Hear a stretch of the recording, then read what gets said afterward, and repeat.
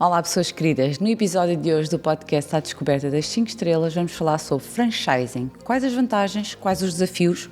Vamos ter duas marcas vencedoras no Prémio 5 Estrelas que já estão aqui comigo em estúdio e que vão responder às nossas questões desde formação, principais desafios, uma série de questões que tenho a certeza que vão levantar aí muito interesse, tomar notas. Por isso fiquem connosco e venham comigo conhecer os convidados desta semana. Vamos!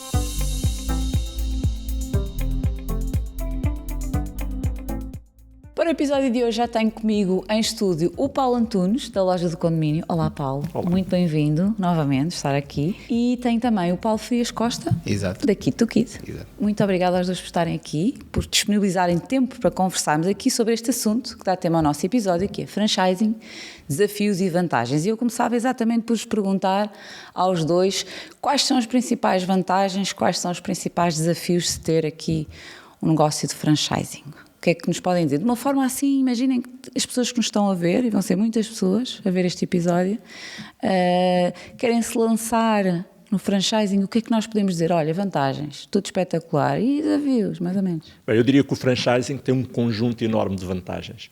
Em primeiro lugar, porque permite a alguém iniciar o seu próprio negócio não cometendo erros, ou mitigando esses erros, porque à partida o conceito já foi testado, já foi trabalhado, já está no mercado e, por outro lado, traz dimensão.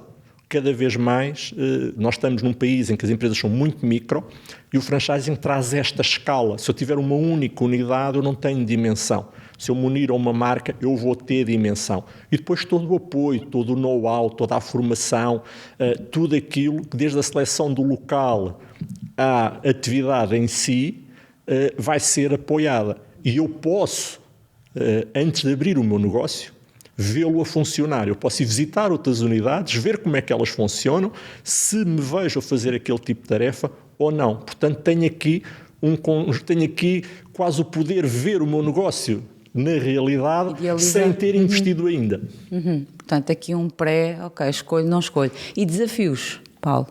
O desafio é que eu tenho que perceber que vou aderir a uma marca. Essa marca tem princípios, tem mecanismos de funcionamento e se eu sou daqueles criativos que gosto de fazer tudo à minha maneira, se calhar o franchising pode não ser a melhor solução. Ok, também é uma questão então de Portanto, eu também tenho que ter essa noção. Por outro lado, há a questão do investimento. Normalmente no franchising existe uma coisa chamada direito de entrada, ou seja, eu tenho aqui um investimento, mas esse investimento é eu pagar pelos erros, ou para não cometer os erros. Portanto, na realidade, eu costumo dizer que acaba por sair mais económico do que começar qualquer coisa do zero. Mas preciso saber que me vou ter que balizar dentro de regras, dentro de princípios, porque tudo já foi testado. Eu costumo dizer, se é para querer cometer os erros, faça sozinho, não gaste dinheiro duas vezes. Um mote, faça sozinho, não gaste dinheiro duas vezes. Paulo, eu estou totalmente de acordo, exatamente, o meu princípio é exatamente esse, ou seja, o franchising é como, em termos simples, é como uma receita, portanto, alguém que chegou à receita ótima e despendeu tempo, investimento, etc., que quando alguém compra um pacote, uma coisa feita, que é um modelo que implementa na hora. Vai replicar, portanto, aquilo é algo que se pode replicar, diminui enormemente a questão do investimento, porque eu não tenho de experimentar, a rapidez de todos os processos estão feitos, portanto a recuperação do investimento é muito mais rápida, a capacidade de sucesso é muito mais rápida. Depois trabalhar, como o Paulo já referiu, é verdade, estamos a trabalhar em rede, isso para mim é uma coisa muito interessante. A diferença entre quando estamos a trabalhar num negócio que é um negócio isolado, tudo o que são problemas que surgem talvez pela primeira vez, quando é numa rede, tudo já foi testado, já aconteceu, portanto, há sempre alguém que tem uma ideia, portanto, a partilha de experiências é uma coisa importante. Agora, para mim é importante duas coisas, que é o seguinte, primeiro a pessoa tem que se identificar com o negócio, e isso depois tem que perceber que aquilo é uma relação de longo prazo, não é algo que vamos entrar e depois vai acabar. E uma coisa que o Paulo falou que eu acho que é importante, que muitas vezes as pessoas vão no franchising na ideia de, ok, isto é uma boa ideia, e às vezes há algumas frustrações exatamente no sentido em que quando querem fazer quando depois acham que se tornam autónomos e que, entretanto, que já começam a querer fazer coisas diferentes porque o meu mercado é diferente ou porque têm uma ideia. Tenho uma ideia, porque... E isso eu acho que é uma das coisas importantes quando as pessoas se metem exatamente numa questão de franchising, perceber que há direitos e deveres e, obviamente, que há uma conduta, porque há uma marca que desenvolveu e que tem uma série de princípios que quer manter, É a razão do franchise, que é replicar o negócio em qualquer parte à dimensão. Portanto, toda a marca cresceu. É a mesma coisa que abre, se fosse em grandes escalas mundiais, tipo, sei lá, um McDonald's, por exemplo. Eu como um hambúrguer nos Estados Unidos, na China ou em África, exatamente igual. Portanto, este é o princípio do franchise. E, portanto, quando as pessoas entram neste negócio, que tem vantagens, também depois têm que ter esta sensibilidade de perceber que, obviamente, nem tudo se pode fazer à maneira como se quer fazer. Portanto, uma capacidade ali logo de aceitação, que estas são as regras, direitos, deveres, mas há claro. aqui. Mas imaginem que, mesmo aqui agora por curiosidade, que um franchisado tem sim uma ideia incrível e quer propor essa ideia e propõe essa ideia, portanto, ao Master, certo? Certo. E essa ideia é espetacular. Isso depois vincula todos os outros franchisados, se acontecer? Bom, é assim, no nosso caso, isso acontece, portanto, aqui realmente na marca Nakito Kids, nós temos uma relação bastante aberta em termos de franchising, e eu posso dizer que os franchisados também foram um enorme aporte à marca, porque houve pessoas que vieram de vários sítios, inclusivamente eu estou a falar em Portugal, mas também posso falar de muitos dos Estados Unidos, pessoas que vinham de outros do mercado ou até de outras formas, e que trouxeram belíssimas ideias para dentro.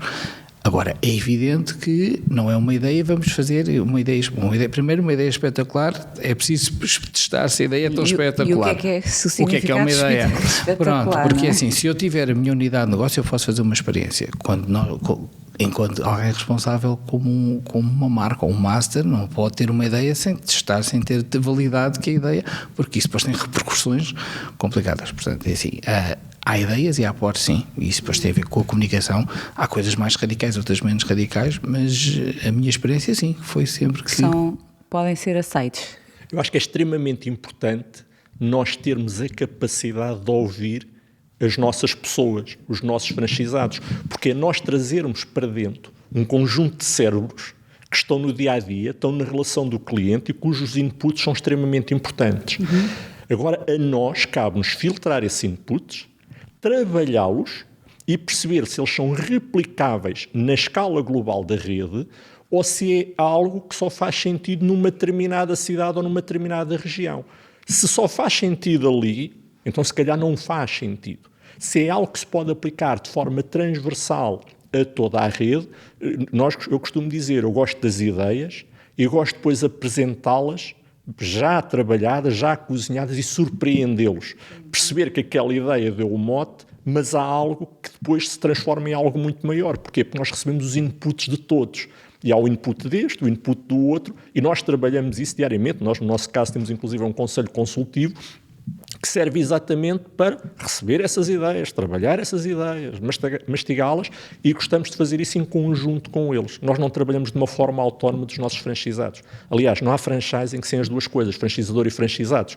Portanto, é muito importante o trabalho conjunto, e isso é daí que sai a inovação.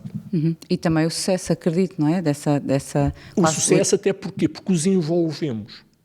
Não basta nós criarmos uma ideia nova e dizer a partir de amanhã vamos todos para a esquerda ou todos para a direita. Positivo, não é? Envolvê-los no processo. É como a liderança, todos queremos uma liderança participativa. Claro. Tudo o que é diretivo, enfim. Queria perceber aqui convosco para já, quais são as diferenças entre um master franchise e um franchisado, e se é mais fácil ser master franchise ou franchisado. Bem, então eu introduzo mais um conceito. Vamos. Que é o conceito de franchisador. Franchisador é quem criou a ideia, quem criou a marca, quem criou todo o projeto. O master é alguém que é franchisado, mas franchisado de uma forma diferente, compra os direitos para todo um país, por exemplo, ou para toda uma região. E depois o franchisado é aquele que tem os direitos para operar a sua unidade, ou mais que uma unidade, que adquire junto do master ou eventualmente junto do franchisador. Nós, no nosso caso, Loja do Condomínio, somos franchisadores e temos os nossos franchisados. Portanto, existem outras marcas que operam como master. Apesar daquilo que se chama master, depois acaba por ser muito idêntico. É aquele que representa para o país, que dá formação, apoia os franchisados, e depois temos os seus franchisados. Mas, pegando aqui um pouco na questão que estava a colocar, quem dirige um território, quem é o franchisador ou o master, tem aqui a obrigação de controlar, manter estas unidades a entregar aquilo que é o seu padrão de serviço, seja na venda de um artigo, seja na prestação de serviços, e tem aqui toda esta obrigação de preservar a identidade da marca e todo o desenvolvimento da marca. O franchisado é aquele que no terreno se relaciona com o cliente e que tem aqui este ponto final, a quem entrega na realidade o produto ao serviço. Eu diria que cada um tem os seus desafios, tem as suas oportunidades, são coisas muito diferentes, mas não há franchisado sem franchisador e vice-versa é exatamente igual. O grande segredo é nós conseguirmos o equilíbrio de forma que todos ganhem. Porque se o franchisador não ganhar, não tem interesse nenhum em desenvolver a marca, se os franchisados não ganharem, também vão fechar as suas unidades e a marca desaparece. Portanto, é desta simbiose e, digamos, deste plano de negócios que tem que casar muito bem estes dois interesses, a que surge uma marca de sucesso. Muito bem. Paulo, sua opinião aqui sobre o que é mais fácil, como é que isto se distingue? Eu acho que não é ser mais fácil ou mais difícil. Aqui a questão são dois papéis diferentes que se ligam, é um trabalho de equipe. No nosso caso, por exemplo, nós não somos franchisadores, ou seja, eu nesse caso sou master, a ideia veio dos Estados Unidos e, portanto, há um franchisador, ou seja, eu aqui tenho um bocadinho os dois papéis, eu sou master e também sou franchisado, porque perante a casa-mãe sou um franchisado e comecei exatamente dessa forma. Portanto, às vezes algo que os franchisados, portanto, as dúvidas que possam ter, eu tenho exatamente, porque também vivi exatamente isso. É diferente do que se tivesse quando se faz um conceito, e quando se é franchisador, no caso da loja do condomínio, a pessoa conhece muito bem todo o processo. No nosso caso não foi assim, portanto nós tivemos que aprender para depois poder replicar esse conceito. Isso dá-nos alguma experiência, talvez até a questão de algumas dúvidas, porque obviamente quando vamos estando mais envolvidos, tudo depois se torna mais... Chega uma altura que as coisas são muito evidentes para quem está, para quem vem de novo há muitas dúvidas, portanto é preciso sempre perceber que quem vem de novo não sabe nada e portanto tem sempre as mesmas as dúvidas, a forma como é que vai usar todos os seus inseguranças, etc. Tudo, os desafios. E os desafios. Daí haver essa grande vantagem de alguém já passou por isto, já cometeu erro, já teve estas inseguranças, estes desafios. É isso que espero. Alguém que se entra numa rede espera exatamente que quem esteve já lhe consiga responder exatamente às suas dúvidas e, portanto, quando tem um problema, que haja uma solução para isso. E há aqui dois pilares fundamentais. Um deles que é a formação, o treino, exatamente. E por outro lado aquilo que é o acompanhamento posterior. Aquilo que eu costumo dizer é, se tem uma dúvida, tem uma questão, eu não quero que esteja 2 horas à procura da solução. Eu quero que pegue no telefone e pergunte, porque já alguém passou pelo mesmo, sabe como se resolve e responde imediatamente. Portanto, vamos acelerar o processo, não vamos perder tempo, vamos ser mais eficientes. E isso é algo que é fundamental e acaba por ser a gênese do franchising, que é a questão de passagem de know-how e de apoio contínuo à sua rede de franchisados. E têm, ia dizer, perguntar que tipo de formação, mas são, vou dizer, módulos de formação, formações específicas, agora vamos trabalhar esta parte, liderança, atendimento, como é que organizam a formação? Que tipo de formação é que dão aos franchisados? Nós, no nosso caso, estamos a formar gestores de condomínio. Ou seja, nós temos desde a parte contabilística do condomínio à parte jurídica, portanto, tudo aquilo que vai estar na gênese de entregar este serviço ao cliente. Logo, temos aqui uma formação inicial que é algo pesada, algo com um conjunto de formação muito técnica e que visa preparar as pessoas para a função, porque tipicamente os funcionários são pessoas que não vêm com experiência, são pessoas que são formadas do zero, mesmo os nossos próprios franchisados, são pessoas que começaram do zero nesta atividade. E aqui cingimos muito à questão técnica, entra depois a questão mais pessoal, mais de desenvolvimento pessoal, quando entramos nas técnicas de venda, porque também precisamos de vender serviço, não é só entregar o serviço, também temos que o vender, e depois temos um programa de formação contínua, de todos os nossos recursos, desde a senhora da limpeza ao gestor de condomínios, que já entra muito nas questões do desenvolvimento pessoal, determinado tipo de ferramentas que é importante darmos às pessoas para elas conseguirem também sobreviver àquilo que muitas vezes é a selva dos condomínios. Todos nós conhecemos a realidade das reuniões de condomínio. Agora imaginem alguém que todos os dias faz isso, todos os dias se relaciona com os condóminos.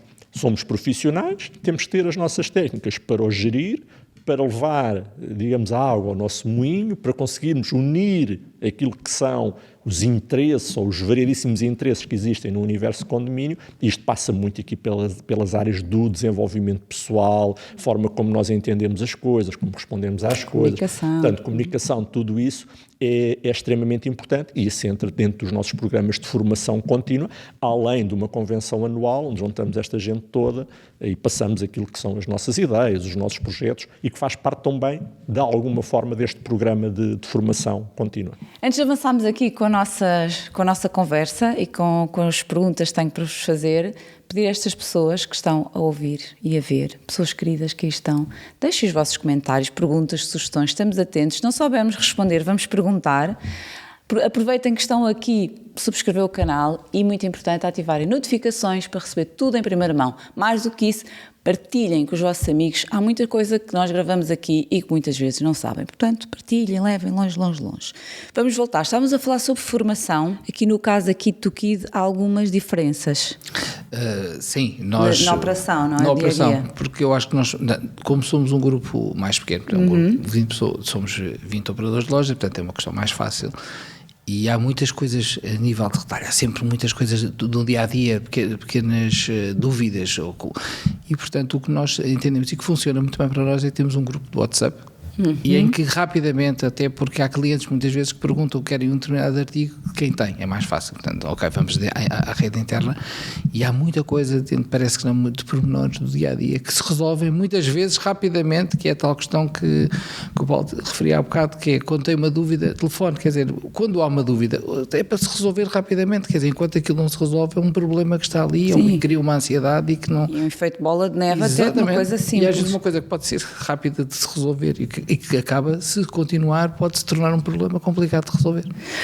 Isto leva-me aqui a procurar aqui perceber a gestão que fazem das redes sociais, que imagino que seja uma fonte de negócio, mas eventuais de clientes que possam chegar às vossas marcas, mas também aqui um desafio nessa gestão, porque sabemos que as redes sociais têm um lado espetacular, permite-nos chegar a muitas pessoas e depois tem o outro lado não tão espetacular, que temos que gerir, objeções.